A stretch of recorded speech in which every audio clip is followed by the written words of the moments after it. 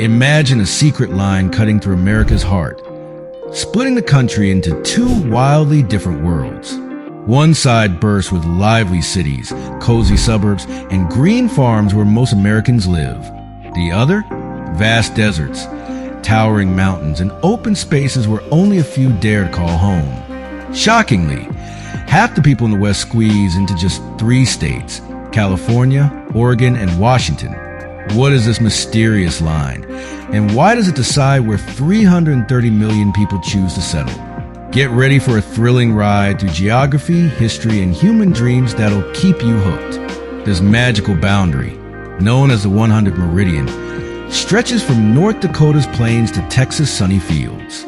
No wall or sign marks it, just a stunning change in the land itself. East of this line, the earth is rich, rivers flow strong, and rain falls plenty. Westward, the land turns dry, rivers shrink, and life gets tough.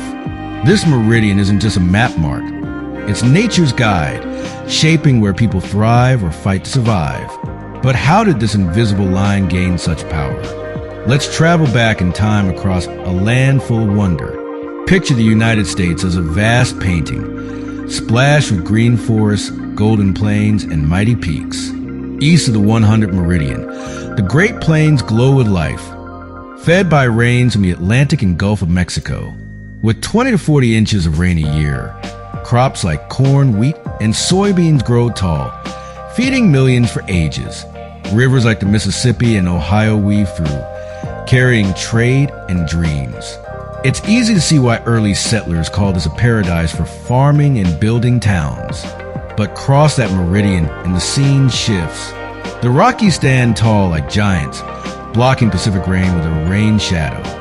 Places like Nevada, Utah, and eastern Colorado get just 10 inches of rain a year. The soil turns hard, the land dry, and farming feels like a bet against nature. Let's zoom in on this rain shadow, the key to this population puzzle.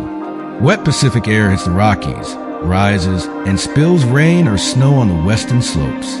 Cities like Seattle and Portland bloom in this lush zone, pulling in crowds.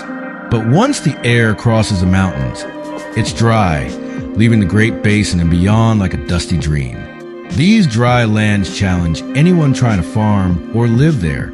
Meanwhile, east of the meridian, Gulf winds bring moisture deep into the land, making it perfect for crops and communities. This difference isn't just about water, it's about life. Good land meant food, and food meant people could settle and grow. Step into the shoes of America's early pioneers. In the 17th and 18th centuries, settlers landed on the East Coast, finding lands like their old homes, rivers shining, forests alive, rain steady. They built cities like Boston, Philadelphia, and New York, hubs of trade and stories. As they moved west, the Great Plains offered rich soil, and towns popped up like flowers. But at the 100th meridian, things got hard. The land was tough, water rare, and Native American tribes, experts of this world, were often pushed out in sad battles. By the 19th century, the Homestead Act promised free land, but many dreams dried up with the barren soil. The West wasn't empty, it was a test of grit. Why do so many in the West flock to California, Oregon, and Washington? It's all about water and chances. California's Central Valley, fed by rivers like the Sacramento, shines as a farming wonder thanks to clever irrigation. Cities like Los Angeles and San Francisco glow as gateways to the world, drawing millions. Oregon and Washington, soaked in Pacific rain, thrive with lumber, fishing, and tech. Meanwhile, places like Wyoming or Montana, with rugged lands and little water, stay quiet. Amazingly, the West population outside these 3 states matches New York City's 8 million people. Half the country's land holds just 9% of its folks. Today, the 100th meridian still shapes America's story.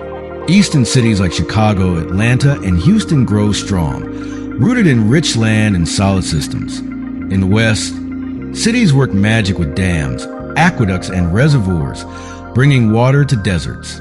Las Vegas sparkles in a place nature didn't plan for a city. thanks to the Colorado River and human spirit. But climate change is making things tougher, with worse droughts and water fights brewing.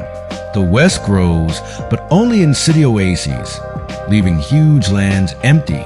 The 100 meridian isn't just a line, it's proof nature still rules. Why does this hidden line matter? It's more than a map mark. It's a story of how people adapt to the world. The 100 meridian shows why the heartland feeds the nation, why western cities are wonders of effort, and why some places stay wild. It's a tale of strength, dreams, and nature's limits. As you cross this land, notice how the world changes around that meridian. You're stepping into another America. What do you think of the secret divide? Have you seen the difference between America's East and West? Share your thoughts below. If this adventure through geography grabbed you, like, subscribe, and ring the bell for more tales about our world. Want more? Check out our video on how geography shapes other countries' stories. Until next time, keep exploring